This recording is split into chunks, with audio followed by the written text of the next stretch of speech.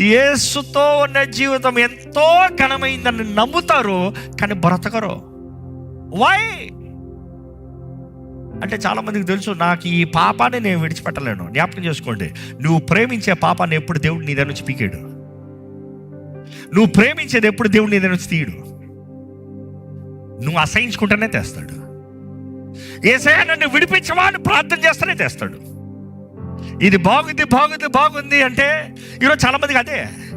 ఏ దేవుడికి జీవితాన్ని సమర్పించుకుంటా, ఈ పోర్నోగ్రఫీ విడిచిపెట్టలేను. ఎవడు చెప్పాడు విడిచిపెట్టలేమండి? ఎవడు చెప్పాడు విడిచిపెట్టలేమండి? నా యవ్వన కాలంలో నేను బానిసగా బ్రతికి దేవుడికి దూరంగా పోయాను.